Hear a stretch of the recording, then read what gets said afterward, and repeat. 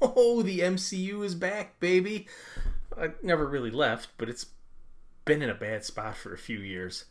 Um, so obviously, just got back from Fantastic Four, and I'm not gonna beat around the bush. This is a good movie.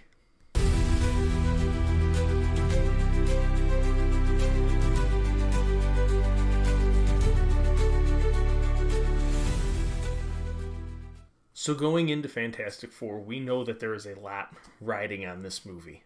Um, but you wouldn't know it after watching this movie. This definitely feels like we took a trip back in time, and I'm not saying that just because of the retro futuristic like 60s setting, which is absolutely amazing in this movie. But I'm talking about a trip back in time to where there wasn't 30 plus MCU movies and projects that you had to watch to know what was kind of going on. This felt more like Iron Man 1 in a sense where there's really nothing before it. Like, this feels like a fresh start. There's no references to anything else because they're not a part of that timeline. They're not a part of the MCU. So there's nothing for them to have to name drop anybody or remind you of something that happened 6 movies ago. This is its own thing, and that is the best part of this movie, is that it's a self-contained story and you don't have to know anything about anything else to enjoy this movie. Now, when the movie starts, the Fantastic Four are already the Fantastic Four. You don't get an origin story here.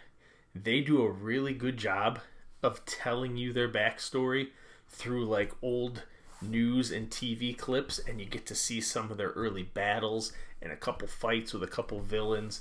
But they're established. They're heroes. They are celebrities, and they are part of the community. But most importantly, they're family, and that's the biggest thing that they do right in this movie. This feels like a real family. I don't want to say family too many times or Vin Diesel might appear behind me, but they really get the family dynamic down, and I think that is one of the big strengths of this movie. It's a superhero movie, but it's a family movie first, and that is something we don't really see in the MCU, and they did a good job of taking Marvel's first family and making them just that. They're a family. And now, speaking of the family, I know there were some iffy things about the casting, and I know there's been some weird Pedro stuff going on, but I think the casting is near perfect. I know Pedro wasn't Disney and Marvel's first choice. I think he was like the 5th choice to play Reed from rumors, but I think everybody plays their part very well, and in sticking with the family thing, they all play off of each other very well. And you believe that they are a family, they care about each other, and they love each other. The Thing is fun. He's probably the least utilized character in the movie. He's there, but I wouldn't say he has too many like major like standout moments. Joseph Quinn, I think it's Joseph Quinn as Johnny. Perfect. I think he's a great Johnny Storm. He's got that like cocky attitude. He's not over the top like the Chris Evans version where he's very like chauvinistic and whatnot. I mean, there's still a little bit in there. And Pedro's good as Reed. I know that's the big worry, is that he's not Reed Richards, and I think he was fine. I don't know who could have done it better, but he's what we have going forward, and I don't think it's really an issue. I think he's going to come into the character more, and it'll be fine. The real standout, honestly, is Vanessa Kirby as Sue Storm. And she's awesome, and she's powerful, and it's not that MCU girl boss, like, I'm a woman, so I'm better. She's powerful because she's a mom, and a wife, and a sister, and she is the matriarch of the family. Reed still leads that team, but she is the backbone of that family, and they portray that very well, and I think she is phenomenal in the role. I am very much looking forward to see more of her, the whole family, but she going forward, I think is going to be a very popular character in the MCU, and I think she knocked it out of the park.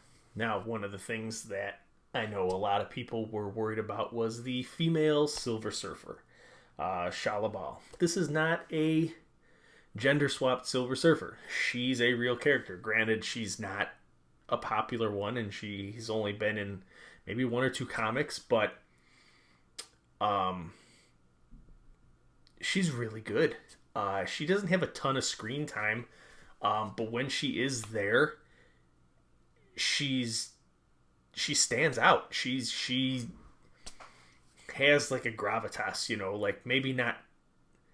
Oh God, she's the most powerful thing in the world, but she's threatening, and they use her well, and the females, it doesn't matter. It wouldn't have mattered if it was Norrin Rad, Shalabal. The part was fine. The part was perfect, and she did a great job. There's no complaints there, and I think one of the most amazing things is Galactus. They went, you know what? Here, you're gonna wear this suit. We're gonna film it practically. You're in a suit, and I think it is the best adaptation of something that looks ridiculously stupid in the comics, and it looks absolutely Galactus looks fucking incredible in this movie. He's menacing, he's scary, he feels like a threat. He's not a jokey character, he's not a throwaway character. He is a legitimate threat, and you feel it throughout the movie. And the portrayal of Galactus on screen shows that you didn't have to change him into a giant space cloud.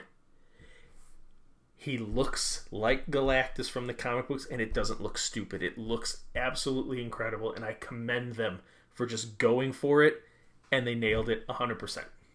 Now, I really don't have much to nitpick. I mean, from the start of the movie, it goes. There's not a lot of downtime. It moves good. It seemed like it moved quick. There was no part in the movie I was sitting there going like, speed this up a little bit. The look of the movie, it looks phenomenal. That retro future look, man, they're obviously going to be coming into the main MCU here going forward. I want to see more movies in that timeline, on their Earth, in that aesthetic, because it's awesome. It worked perfectly. It looked great. Just the way it was filmed, it looked like an older movie. I don't know how, the composition or something, it looked like an older fit. It just like fit the aesthetics, everything, the feel, the look, the sound, everything just fit that timeline and that look they were going for. And I would love to see more in that timeline, in that world, but I don't think we're going to get that. Maybe Doomsday will get something in there, but my only nitpick, a couple of times the Thing looked very not real. There's a couple shots where they go back and forth where he's, not a spoiler, talking to someone in the street, and they have one shot kind of at him. He looks good. And then for another reason, the camera angle would change and kind of be shooting up at him, and he looked very fake. I turned to my fiance and I was like, he looks really fake in this shot, like bad fake. But other than that, I don't really have anything bad to say about this. I honestly think if they are using this movie to start their next phase or their next whatever for the MCU, this was an amazing start to it because it felt like a fresh start. It wasn't referencing things from 10 years ago. It wasn't setting up things for 10 years in the future. There's nothing in the movie. There's not a single thing in the movie that leads up or sets up anything else other than a post-credit scene for about 5 seconds. That's it. This felt like the early days of the MCU where it was just getting started and you didn't know where it was going. And to me, I've been sorely missing that. Because the sea of just blah that the MCU has become, I would like it to get wiped clean and start over. And if that's what they're doing here, and Doomsday and Secret Wars are leading to that, I'm all for it. Give everybody their swan song, give everybody their time, and let's start this over. And if the Fantastic Four is the first step in doing that, I'm all for it. So, I highly recommend this. As far as a score, I'm giving it a 9 out of 10. Because a 10 out of 10, you gotta be absolute cinema. And this is still a comic book movie, but between this and Thunderbolts, I like Thunderbolts. I didn't like Cap, but I like Thunderbolts, and I really like this. So, 9 out of 10. I recommend going to see it in theaters. When Marvel does something good, I want them to get their flowers, and I think they knocked this one out of the park. So, go check it out. If you see it or did see it, leave a comment. Let me know what you thought. We'll talk about it. And thank you guys again for spending some time with me. I'll see you all later.